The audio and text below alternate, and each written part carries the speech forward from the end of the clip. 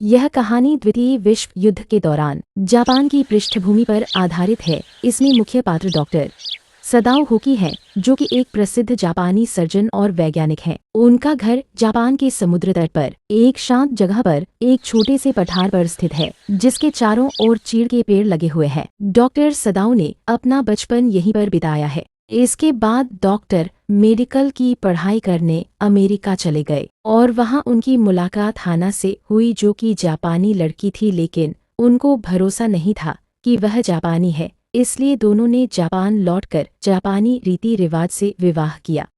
एक धुंध भारी शाम जब वह मकान से बाहर समुद्र की ओर देख रहे थे तो उन्होंने देखा कि धुंध से एक सै लड़खड़ाता हुआ समुद्र के किनारे आकर गिर गया था। पास जाकर उन्होंने देखा कि वह एक अमेरिकी घायल नौसैनिक था, जिसे गोली लगी हुई थी। वह दोनों उसके पास गए। पास जाकर उन्होंने नौसैनिक को गौर से देखा, उसकी नब्ज मतलब पल्स टटोली और उन्हें पता चल गया कि वह अभी भी जीवित है। डॉक्टर सदाओ दुविधा में थे, क्योंकि डॉक्टर होने के नाते उनका परम कर्तव्य था घायल सैनिक को बचाना। परंतु घायल सैनिक उनके देश का दुश्मन था, जिसे उन्हें तुरंत जनरल को सूचना देकर सौंपना था। अंत में उन्होंने नौसैनिक को अपने घर पर ले जाकर इलाज करने का निर्णय लिया। घर ले जाकर भी संकट उनका पीछा करता रहा, क्योंकि घर के सभी नौकर, जिसमें उनकी नौकरानी यूमी भी थी, सभी ने डॉक्टर सदाओ और उसकी पत्नी का विरोध किया और उन्हें समझाया कि आपको सभी देशद्रोही समझेंगे। इसके बाद सभी नौकर और नौकरानी यूमी उनको छोड़कर चले गए। सदाओ ने इसकी सूचना जनरल को दी। जनरल ने डॉक्टर सदाओ को दोषी नहीं माना, क्योंकि डॉक्टर सदाओ एक बहुत ही अच्छे सर्जन थे और उन्होंने अपने नैतिक कर्तव्यों का पालन किया था।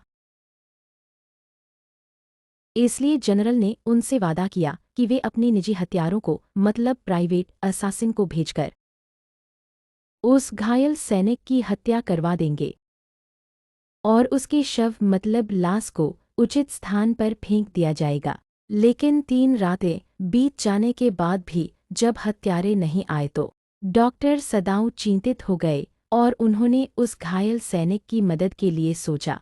उस घायल सैनिक को उन्होंने एक टॉर्च लाइट, कुछ कपड़े, खाने का सामान और नाव मतलब बोट दी और उसे निर्देश दिया कि सामने टापू पर चला जाए और अगली सुबह तक उसे कोरियन शिपिंग बोट अवश्य मिल जाएगी, जिस पर बैठकर वह अपनी जान बचा सकता था।